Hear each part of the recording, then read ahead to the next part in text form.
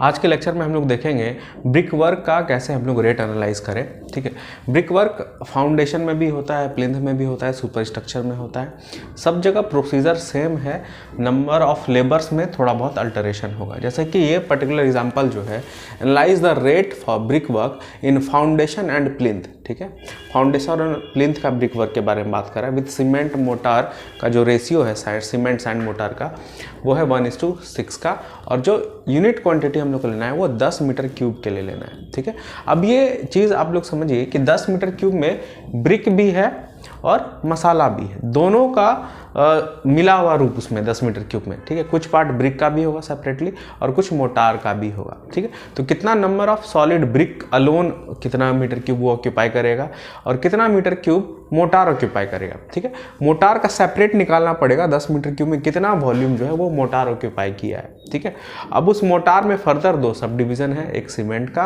और दूसरा सैंड का। ठीक है, तो सीमेंट का अलग से सेपरेट क्वांटिटी वॉल्यूम निकालिए, सैंड का सेपरेट अलग से वॉल्यूम निकालिए। ठीक है, इस तरह से हम लोग को आगे बढ़ना है। पहले मटेरियल पे ही हम लोग फोकस करें। ठीक है, मटेरियल पे, मटेरियल कौन कौन सा मटेरियल लगेगा? ब्रिक नंबर 1, दूसरे नंबर में सीमेंट, तीसरे नंबर में सैंड, ये लगना है। ठीक है, तो ब्रिक का जो साइज होता है, ठीक है, वो 20x10x10। अगर मॉड्यूलर साइज हम लोग बात करें वो 20x10x10।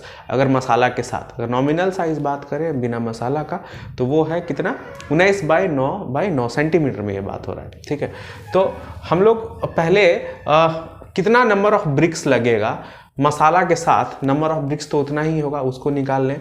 जैसे कि 10 मीटर क्यूब टोटल वॉल्यूम है, डिवाइडेड बाय मसाला के साथ जो वॉल्यूम होता है modular size of the brick, वो कितना है 20 सेंटीमीटर, 0.2 गुना 10, 0.1 गुना 0.1।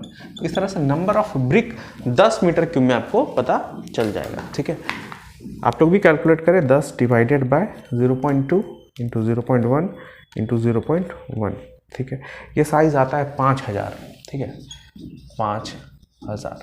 ठीक है, ये मसाला के साथ एक ब्रिक का, उसके चारों तरफ जो मसाला का लेयर है उसके साथ अगर हम लोग वॉल्यूम देखें तो नंबर ऑफ ब्रिक्स कितना आएगा, 5000। ठीक है, तो ये 5000 ही ब्रिक लगना है। ठीक है, लेकिन इस ब्रिक में मसाला का भी क्वांटिटी आपको वॉल्यूम मिला हुआ है। ठीक है, अगर हम लोग इस 10 मीटर क्यूब में मसाला का सिर्फ बात करें कि मसाला का कितना वॉल्यूम होगा, उसको हम लोग निकाल, ये पता चलेगा नंबर ऑफ ब्रिक्स कितना लगना है, 5000।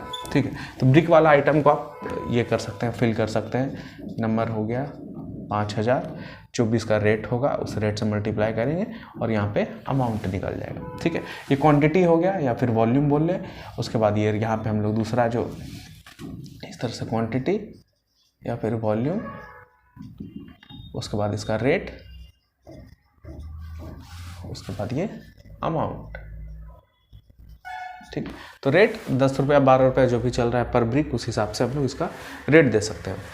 फॉर एग्जांपल हम लोग 10 रुपया पर ब्रिक दिए तो 50,000 रुपया ये हो गया आपका ब्रिक का दाम। ठीक है, अब मसाला का वॉल्यूम कितना होगा, इसको हम लोग कैसे निकालें?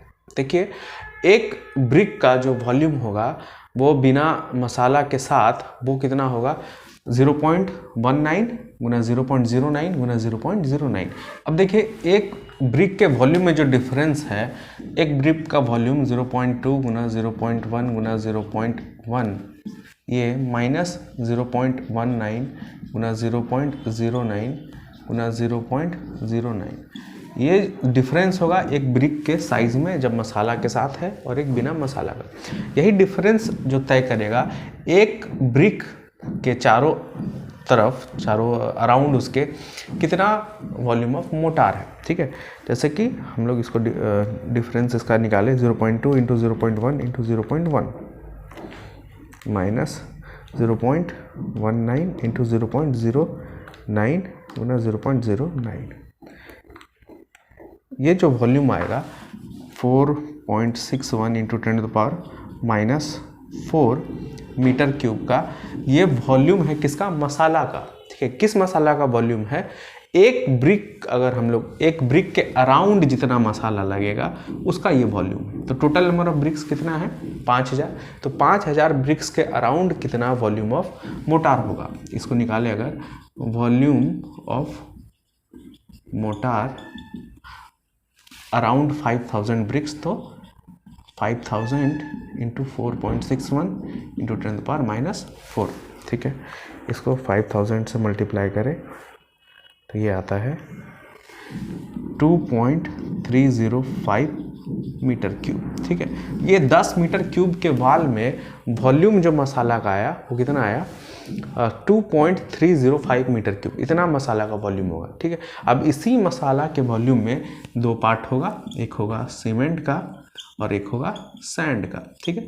एक बात और क्लियर करिए, ये जो वॉल्यूम है ये कॉम्पैक्टेड वॉल्यूम है, वेट वॉल्यूम है, लेकिन जब आपको मसाला मिलाना है वो ड्राई स्टेट में मिलाना है, ठीक है, जहाँ पे उसमें वॉइड भी होगा, कुछ फ्रिक्शन के वजह से गैप भी होगा, ठीक है। जब हम पानी मिलाते हैं तो मॉलिक्यूलर अट्रैक्शन की वजह से हर एक पार्टिकल एक दूसरे से क्लोजर स्टेट में आता है, सीमेंट का स्लरी बनता है, पेस्ट बनता है, जिससे वो कॉम्पैक्टेड स्टेट में चला जाता है, जितना भी वॉइड है, एयर वॉइड्स है, वो चला जाता है, निकल जाता है बाहर।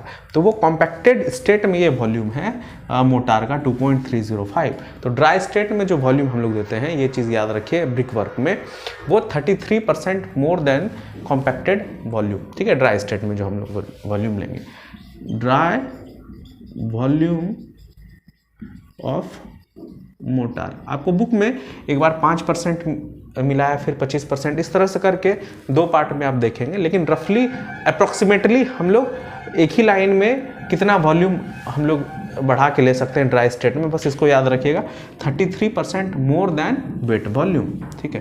तो 1.33 से मल्टीप्लाई की वेट वॉल्यूम को 2.305 को, तो ये आता है आपको ड्राई स्टेट में कितना मोटार का वॉल्यूम होगा 1.33 इंटू 2.305, ये वॉल्यूम आता है 3.066, ठीक है, 3.066 meter cube volume of dry volume of mortar आया। अब इसमें आप सीमेंट का प्रोपोर्शन और सैंड का प्रोपोर्शन, कितना का सीमेंट और सैंड का प्रोपोर्शन है 1:6 का, total number of sub division 7 है, तो volume for one division, volume for one division ये कैसे निकलेगा 3.066 डिवाइडेड बाय 7, ये एक डिवीजन का वॉल्यूम आया, 3.066 डिवाइडेड बाय 7, ये आता है आपको 0.438 मीटर क्यूब, ठीक है। तो सीमेंट हो गया 0.438 मीटर क्यूब, और इसको बैग में कन्वर्ट करेंगे, ठीक है। वॉल्यूम ऑफ सीमेंट अगर बात करें तो ये हो गया 0.438 मीटर क्यूब, और वॉल्यूम ऑफ अगर सैंड का बात करें तो ये हो गया 6 इंटू 0.438, ये आता है 2.628 meter cube volume of sand. अब बैग में कैसे कन्वर्ट करें, इसको डिवाइड करेंगे 0.035 से, ठीक है, 0.438 डिवाइडेड बाय 0.035, एक बैग जो सीमेंट का होता है उसमें कितना वॉल्यूम होता है 0.035 मीटर क्यूब, ठीक है। तो इतना मीटर क्यूब में कितना बैग होगा, तो डिवाइड कर दिए 0.035 से, ये नंबर ऑफ बैग में कन्वर्ट हो जाएगा, ये आता है आपको 12.51 number of bags, 12.51 number of bags, ठीक है, ऑफ बैग आया। तो आप यहाँ पर इसका ये ले सकते हैं सीमेंट 12.51 बैग, सैंड का वॉल्यूम हो गया 2.628, ये जैसे कि 350 रुपया पर बैग, सैंड 1200 रुपया पर मीटर क्यूब, ये पर मीटर क्यूब है ना, मीटर क्यूब आप इन शॉर्ट, ये बैग है, ये नंबर्स है, ठीक है, तीनों अलग अलग यूनिट में है, 1200 रुपया पर मीटर क्यूब इसका रेट है। तो आप यहाँ पर अमाउंट निकाल सकते हैं, जैसे सीमेंट का 12.51 इंटू 350, ये आ गया 4378 रुपया 50 पैसा। उसके बाद इसको 78 भी बोल सकते हैं, या 1.5 है तो एक बढ़ा ही दीजिए, 79 कर दीजिए, 4,379 रुपीज़। और ये 1200 है। 0.5 से ज़्यादा रहे तो उसको बढ़ा के ले सकते हैं राउंड फिगर में, उससे कम रहे तो कम करके लेंगे, ठीक है। 1200 इंटू, लेकिन राउंड फिगर में लें, 1200 इंटू 2.628 ये आता है इसका अमाउंट 3154, ठीक है। 3153.6 था तो 3154 कर दिए, ठीक है। तो ये मटेरियल का आपको टोटल सबको जोड़ेंगे तो मटेरियल का कॉस्ट पता चल जाएगा, ठीक है।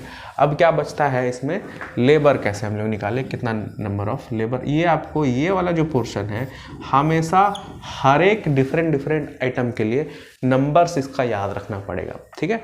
तो नंबर जो है वो अभी हम लोग इसको एनालाइज करें या 10 साल बाद एनालाइज करें तो नंबर कभी भी चेंज नहीं होगा।